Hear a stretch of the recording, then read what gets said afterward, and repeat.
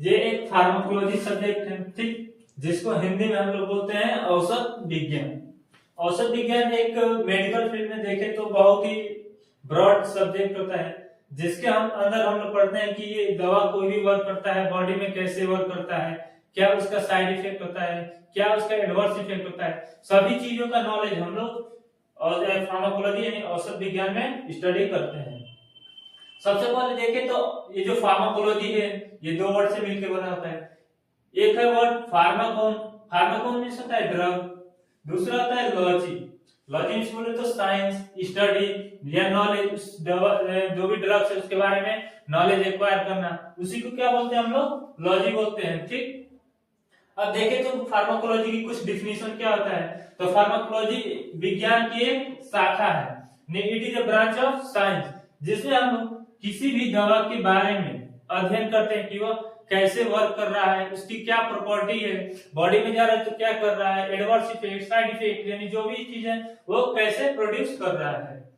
अब देखते हैं कि दवा क्या होता है, ड्रग क्या होता है, तो कोई भी पदार्थ जिसका उपयोग किसी रोग या असामान्य स्थिति की रोकना, निदान, उपचार और लक्षणों से राहत के लिए किया जाता है, उसे हम लोग दवा बोलते हैं, ठीक।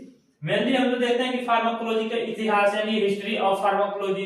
सबसे पहले कोई एक साइंटिस्ट होंगे जिन्होंने फार्माकोलॉजी का नाम दिया होगा, तो सबसे पहले इसमें एक फार्माकोलॉजी के पिता बोले जाते हैं ऑस्वाल्ड स्मिथबर्ग। ऑस्वाल्ड स्मिथबर्ग में जो जिन्होंने फार्माकोलॉजी के पिता थे, जो कि एक वो इंडियन नहीं थे, ये फॉरेन के रहने वाले थे, बट ये हम लोग पढ़ रहे हैं इंडिया में, तो इसमें भी एक भारतीय फार्माकोलॉजी के भी पिता हैं जिनको हम लोग रामनाथ चोपड़ा के नाम से जानते हैं।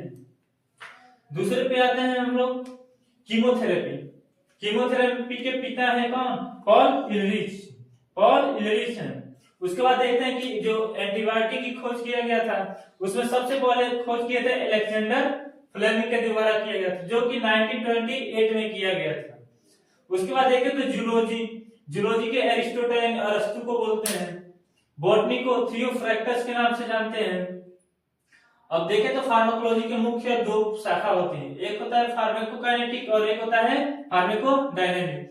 फार्माकोकाइनेटिक का मतलब मेन होता है कोई भी दवा है उसको जब बॉडी के अंदर जा रहा है तो बॉडी दवा के साथ क्या वर्क कर रही है, उसको बोलते हैं हम लोग फार्माकोकाइनेटिक। अब देखें तो फार्माकोकाइनेटिक दो वर्ड से मिलकर बना होता है, एक होता है फार्माकोन जिसका मतलब होता है ड्रग, और काइनेटिक मींस होता है मूवमेंट यानी गति। काइनेटिक मींस मूवमेंट है, बोले तो गति होता है।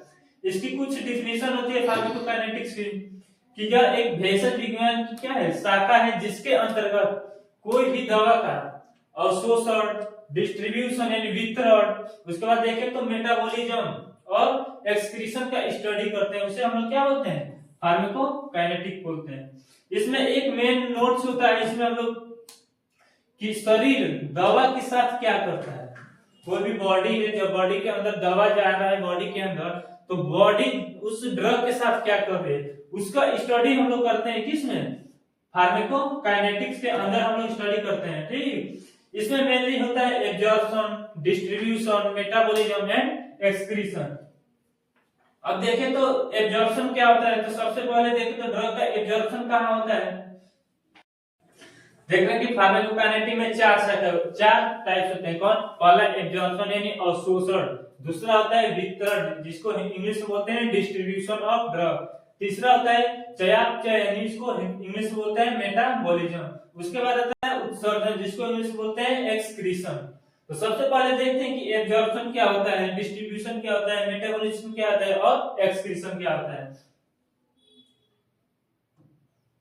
ठीक। तो जब किसी भी औषधि को शरीर में किसी भी मार्ग से, किसी भी स्थान से परिसर्जन यानी ब्लड स्ट्रीम में पहुंचाना, ये क्या होता है, एब्जॉर्प्शन होता है। जैसे कोई भी, जैसे हम लोग ड्रग यूज कर रहे हैं बॉडी में, तो जैसे ड्रग यूज करते हैं तो ड्रग जाता है जीआईटी में यानी गैस्ट्रिक स्टमक में जाता है, स्टमक में घुलने के बाद, टूटने के बाद छोटे छोटे पार्टिकल में वो जाता है ड्यूडेनम में यानी स्मॉल इंटेस्टाइन में, स्मॉल इंटेस्टाइन में जाने के बाद वहां पे ड्रग की एब्जॉर्प्शन होती है, यानी वो ड्रग स्मॉल इंटेस्टाइन से कहां जाता है, ब्लड स्ट्रीम में जाता है, यानी ब्लड वेसल्स में जाता है। उसी प्रोसेस को हम लोग बोलते हैं एब्जॉर्प्शन, यानी ड्रग की एब्जॉर्प्शन। और एब्जॉर्प्शन बोले तो विभिन्न फैक्टर पे क्या करता है, निर्भर करता है। जैसे औषधि की मात्रा, औषधि की मात्रा यानी दवा कितने अमाउंट में लिए हैं हम लोग, ठीक। औषधि देने का मार्ग, औषधि देने का मार्ग, रूट ऑफ ड्रग एडमिनिस्ट्रेशन, यानी किस ओरल यूज कर रहे हैं कि आईवी यूज कर रहे हैं, इंजेक्शन के माध्यम से यूज कर रहे हैं, उस पर निर्भर करता है। उसके बाद औषधि के मॉलिक्यूल, यानी जो मॉलिक्यूल के पार्टिकल साइज कैसे हैं, छोटा है कि बड़ा है, ठीक। चौथा है कि लिपिड में घुलनशील, कि वाटर वो ड्रग है कि वाटर सॉल्युबल है कि वाटर लिपिड सॉल्युबल है। उसके बाद अवशोषण करने वाली सतह के क्षेत्रफल, और इसमें होता है कि सरफेस एरिया ऑफ एब्जॉर्प्शन, यानी जहां पे वो ड्रग एब्जॉर्ब होगा उसका सरफेस एरिया कितना है। जितना ज्यादा सरफेस एरिया होगा, सरफेस एरिया जितना ज्यादा होगा उतना ही क्या होगा, एब्जॉर्प्शन रेट भी होगा, एब्जॉर्प्शन रेट इंक्रीज होगा, ठीक। उसके बाद देते हैं कि degree of ionisation. Degree of ionisation का मतलब ये होता है कि कोई भी ड्रग होता है जो लिपिड सॉल्युबल होगा, लिपिड सॉल्युबल होगा वो अनआयोनाइज के फॉर्म में रहता है, जो वाटर सॉल्युबल होता है वो आयन के फॉर्म में क्या होता है, ब्रेक डाउन होता है। जो ड्रग लिपिड यानी अनआयोनाइज के फॉर्म में रहता है वही केवल क्या होता है, एब्जॉर्ब हो पाता है, और जो ड्रग आयोनाइज के फॉर्म में रहता है वो एब्जॉर्ब नहीं हो पाता है, ठीक। तो ये हम लोग कह रहे हैं कि कुछ फैक्टर थे जो कि अवशोषण को क्या कर रहे थे, फैक्टर अफेक्ट कर रहे थे। अब देखें तो औषधि एब्जॉर्प्शन के कितने टाइप्स हो सकते हैं। तो पहला होता है सक्रिय परिवहन, निष्क्रिय परिवहन, छिद्र परिवहन और सुगम परिवहन। इसको इंग्लिश में बोल सकते हैं एक्टिव ट्रांसपोर्ट, पैसिव डिफ्यूजन। उसके बाद देखें तो पोर्ट ट्रांसपोर्ट, उसके बाद देखें तो फैसिलिटेटेड ट्रांसपोर्ट के नाम से जाना जाता है। अब देखिए कि सक्रिय परिवहन क्या होता है। अब इसमें जब भी हम लोग देखते हैं कि कोई भी ड्रग होता है जो कि हायर अमाउंट से लोअर अमाउंट में जाना ही क्या होता है, सक्रिय परिवहन होता है। इसमें हम लोग एनर्जी की रिक्वायरमेंट नहीं होती है, यानी इसमें ऊर्जा की आवश्यकता नहीं होती है, उसकी क्या बोलते हैं, सक्रिय परिवहन के नाम से जानते हैं। निष्क्रिय परिवहन उसे बोलते हैं जो उच्च से निम्न में जाती है, लेकिन इसमें एनर्जी की क्या होती है,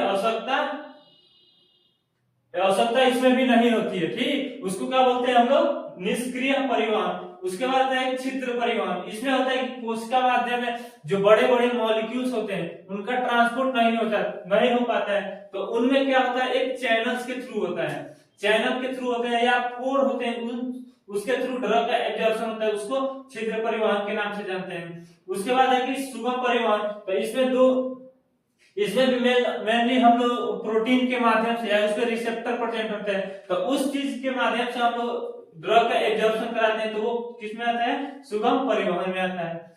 इसके बाद देखें तो औषधियों का वितरण यानी डिस्ट्रीब्यूशन ऑफ ड्रग क्या होता है। काफी